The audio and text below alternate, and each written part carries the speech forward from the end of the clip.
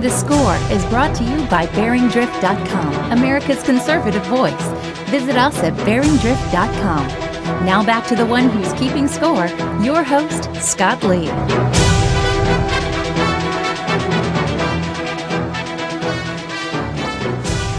Lie to me, please. No, lie to me. Tell me something that's not true, and tell me it enough times, loud enough, put it in somewhat knowledgeable sources, throw it in front of me all the time, and then we can just all believe it. Forget about the truth. Just lie to me. Tell me Planned Parenthood is about taking care of women. Tell me there's nothing wrong with abortions. No, just lie to me.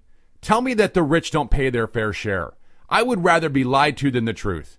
Tell me time and time again, over and over, loud from every microphone, scream it in every paper, that the Attorney General is too extreme. Just tell me that. Oh, don't give me any facts or evidences. Just say he's too extreme to be governor, and we'll buy it. And believe me, folks, people are. Hi, Scott Lee on The Score. Very frustrating, isn't it? I mean, remember all the times we were told that George Bush only cut taxes for the wealthy? And then it comes time that the taxes expire, and holy cow, even Democrats are saying, wait a second, you're right, Bush lowered all marginal tax rates for everybody. Oops. Sorry to screw that one up. But people still believe it. People still believe that Bush only cut taxes for the rich. Or the fact that we're told that Mark Warner's a centrist. Maybe this is the biggest lie told to us. Yep, see, there you go. He wants to take your money and just return it to its rightful owner, the government. So here we find ourselves with the biggest lie of all, shouted from the rooftops of every newspaper building. Ken Cuccinelli's an extremist. Why? Because of this one clip that I want to play for you that people have said compares abortion to slavery. I don't know that you've even heard the clip, but once you hear it, you're going to say, what? This guy's too extreme to be governor? Have a listen. It's funny how, over time, the truth demonstrates its own rightness and its own righteousness. Crazy, man. Our experience as a country has demonstrated that on one issue after another. We start right at the beginning, slavery. Today, abortion. History has shown us what the right position was. How dare him? How could he possibly say? He actually said in the same sentence the word slavery and abortion. He's comparing the two. Is he? Did you even hear the clip? Listen to the clip. Just listen to it again, and you will see he doesn't do any such thing as saying it's in the same category. Our experience as a country has demonstrated that on one issue after another. We start right at the beginning, slavery. Today, abortion. He says they're both wrong. And if that is a comparison, by my gosh, Scott Lee's in a whole lot of trouble. I've done stuff like this all the time. I've compared things.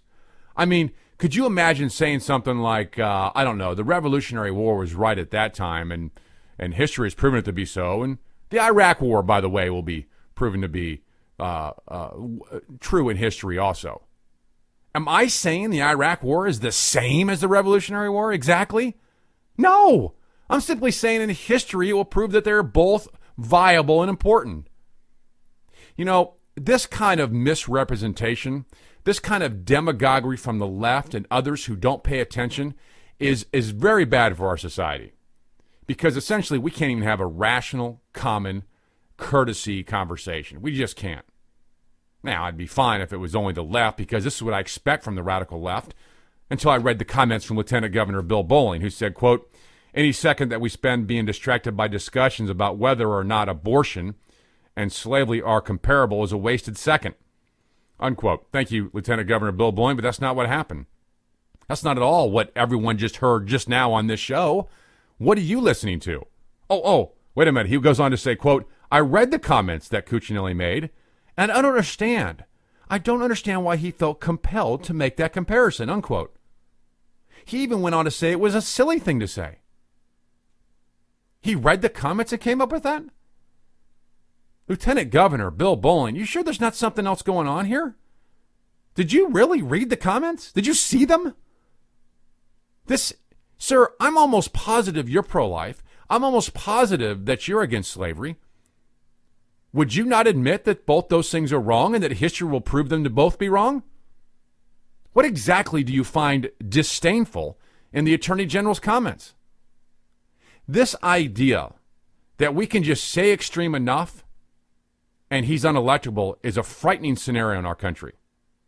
Bolling went on to say, quote, it reinforces the image that Mr. Cuccinelli is too extreme and he's incompatible of effectively and responsibly governing the state, unquote.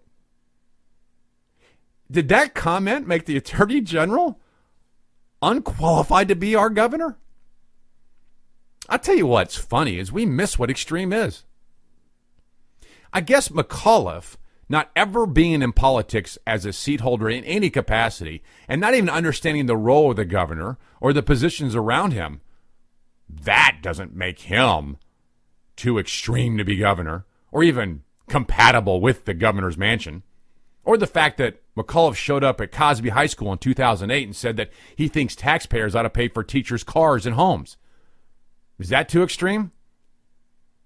Let's just all admit right now that the comments that the Attorney General said are a non-issue. It's almost like I need a megaphone standing on the street corner saying, move along, nothing to see here. Scott Lee on the floor.